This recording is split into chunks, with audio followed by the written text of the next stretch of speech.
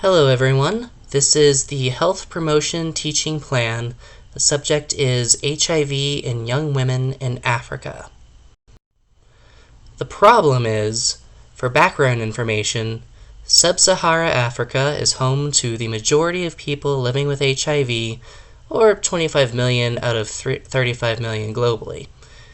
The significance to the community's health is 1 in 4 residents of Sub-Saharan Africa is infected with the HIV virus.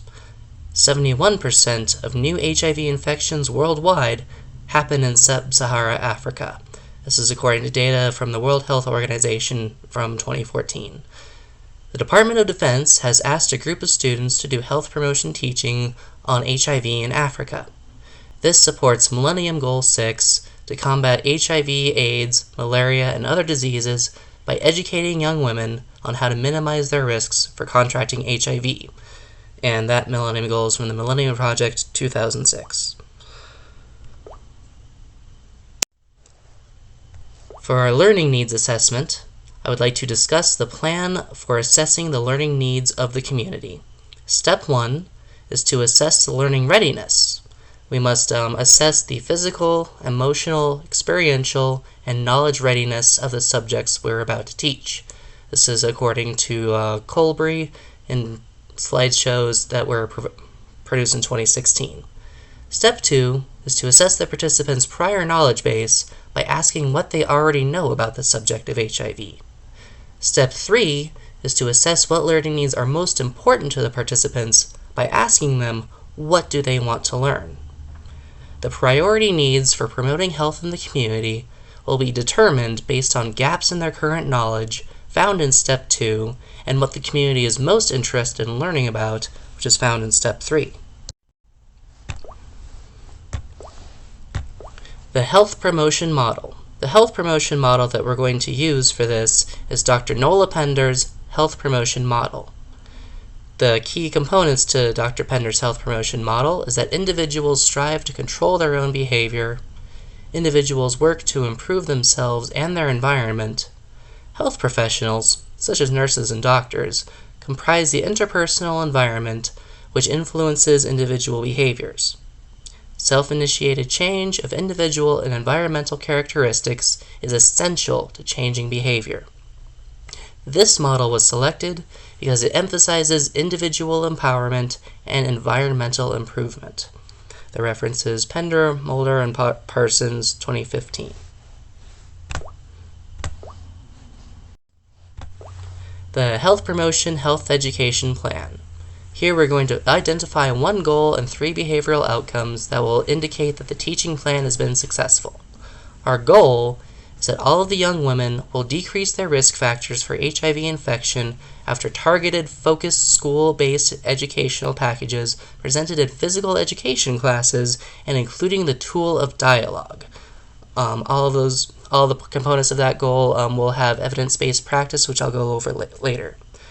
The behavior number 1 is that the students will reduce their number of sexual partners. Behavior number 2 is that the students will increase their rate of condom use. Behavior number 3, the students who are not sexually active will delay sexual initiation.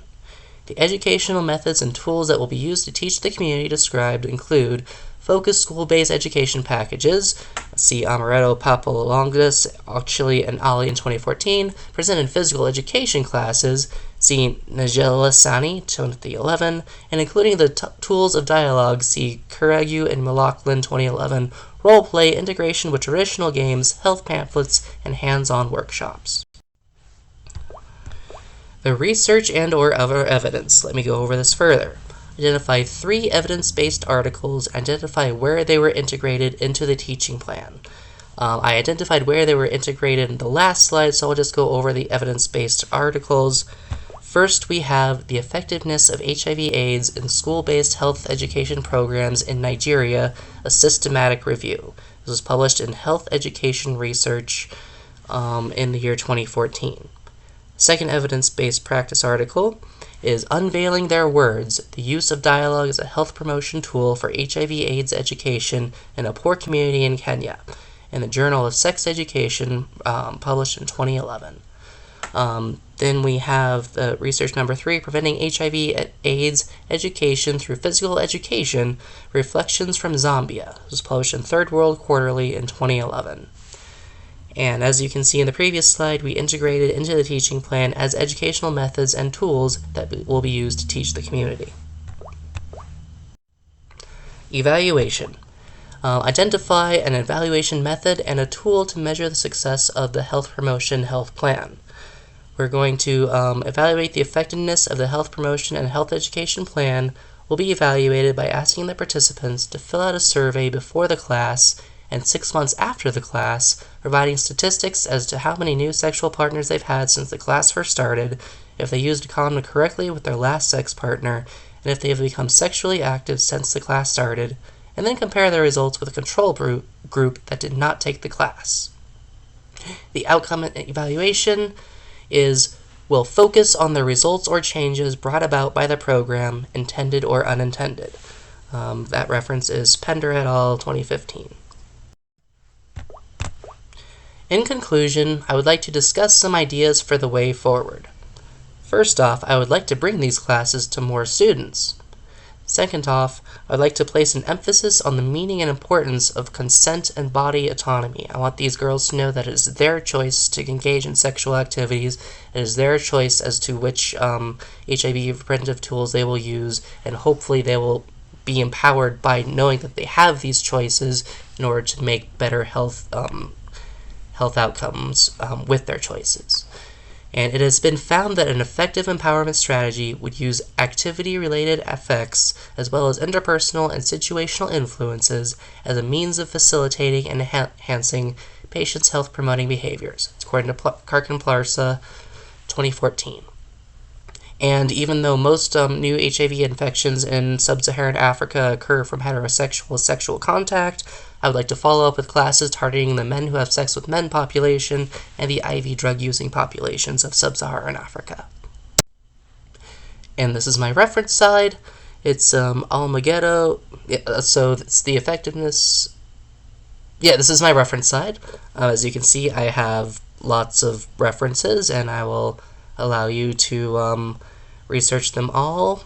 And there's a lot of really good information in all of these references. Thank you very much for your time.